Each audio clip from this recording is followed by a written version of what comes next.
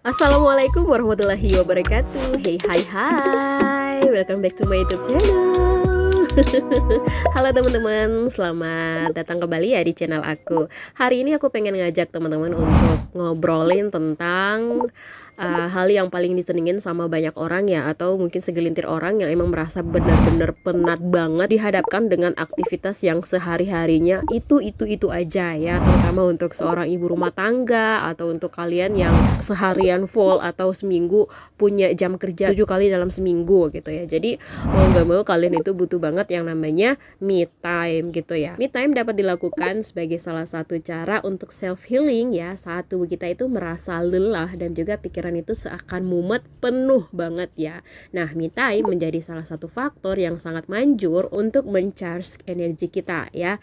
Me time itu bukan hanya diartikan sebagai faktor mencari maupun mendapatkan hiburan aja ya, tetapi ini juga bisa menjadi sebuah kebutuhan untuk istirahat, menjaga diri, serta mengapresiasi di tengah aktivitas sehari-hari yang super sibuk. Nah, buat teman-teman, ada nggak sih yang sampai dengan saat ini belum tahu pengertian me time itu apa? Me time itu merupakan kegiatan yang dilakukan oleh seorang diri untuk merawat, menjaga, mengapresiasi, maupun memberikan seluruh waktu untuk diri sendiri tanpa orang lain ya. Nah, berikut ini merupakan rekomendasi cara me time di rumah untuk mengusir kebosanan. Yang pertama yaitu merawat tanaman atau berkebun. Pasti ada dong ya teman-teman yang udah melakukan hal ini dari lama. Ngapain me time, wong di rumah juga banyak tanaman yang harus dirawat.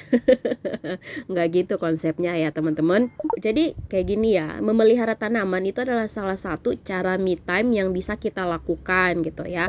Nah, dengan merawat tanaman atau kita berkebun, itu bisa membuat kita merasa lebih segar ya. Selain itu, merawat atau berkebun itu membutuhkan aktivitas fisik yang aktif ya ternyata. Jadi selain merawat tanaman dan juga kita berkebun, kita jadi sekalian deh olahraga gitu maksudnya ya. Dan nggak hanya itu ya, kita juga dapat ilmu baru dari cara merawat tanaman dan juga berkebun.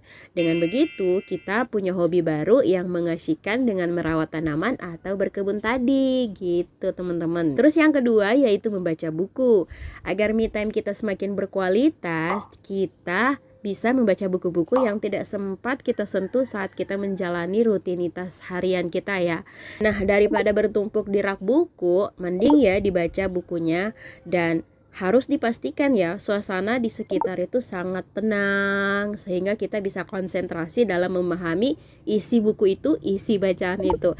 Jangan ya kita sambil baca sambil ngomong anak, jangan ya kita sambil baca sambil yang si suami setel musik kencang-kencang ya. Ya itu namanya bukan me time ya teman-teman, itu namanya cari gara-gara gitu. Oke, kita lanjut yang ketiga yaitu streaming film atau kita menonton konten favorit kita. Nah, buat teman-teman yang benar-benar lelah beraktivitas dan tidak punya banyak waktu buat menonton di bioskop nih ya, streaming film adalah solusinya. Selain itu, kita juga bisa menonton konten favorit yang ada di YouTube. Nah, modal kita hanya gadget aja ya, gadget, laptop atau jaringan internet yang bagus ya. Kita bisa nonton sepuasnya film atau konten favorit kita. Tapi jangan lupa ya, kita sediakan juga cemilan kesukaan supaya semakin menambah suasana menonton film dan juga konten favorit itu lebih seru aja gitu ya. Me time yang keempat yaitu melakukan meditasi. Meditasi dapat dilakukan di mana aja dengan sangat mudah ya teman-teman. 10 sampai dengan 15 menit meditasi itu cukup baik untuk menjernihkan pikiran dan mengurangi stres ya. Melakukan meditasi dalam keheningan agar perasaan dan pikiran lebih fokus. Tapi kalau aku sendiri sih, kalau saran meditasi kita lakukan di rumah yang riuh hiruk pikuk sama suara anak-anak ya bakalan gagal ya, gagal maning. Kalau kita pengen meditasi di rumah. Jadi kalau untuk meditasi silahkan kalian pikirkan sendiri caranya. Kalau emang suasana rumah itu tenang, kalian bisa lakukan di rumah. Oke, yang kelima yaitu mengikuti workshop. Daripada bingung dan kesulitan mengajak teman untuk mengikuti berbagai pelatihan atau workshop, kita perlu memberanikan diri untuk pergi sendiri ya. Kalau nggak ada teman ya udah pergi sendiri aja. Inisiatif ini berguna untuk menambah ilmu pengetahuan serta keterampilan kita ya teman-teman. Selain itu juga kita juga dapat menjadi lebih fokus jika kita pergi sendiri ke workshop. Nah, yang keenam nih, bermalas-malasan. Ya, meski bermalas-malasan ini tidak memiliki nilai rasa yang positif, tetapi aktivitas ini dapat kita lakukan sesekali loh ternyata ya.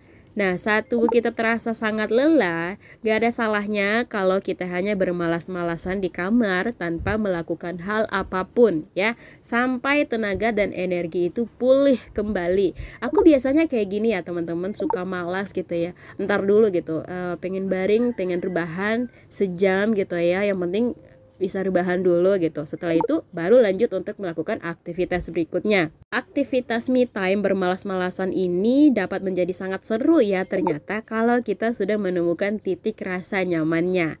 Nah, jangan sampai kebablasan ya teman-teman, kalau malas-malasan malah keterusan sampai beberapa kegiatan di rumah itu nggak selesai atau nggak dikerjakan sama sekali. Jangan sampai ya teman-teman. Nah, itu dia beberapa cara atau contoh me time yang bisa teman-teman lakukan di rumah. Selain aktivitas me time yang sudah aku sebutkan tadi, teman-teman dapat melakukan kegiatan me time lain sesuai dengan keinginan atau selera kalian. Yang penting kalian bisa dapat nyamannya, yang penting kalian bisa dapat enaknya aja gitu ya.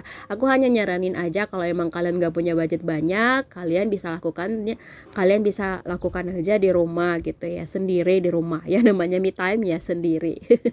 Oke teman-teman, untuk video kali ini cukup sampai di sini ya. Nanti kita jumpa lagi di video selanjutnya. Wassalamualaikum warahmatullahi wabarakatuh. Bye bye.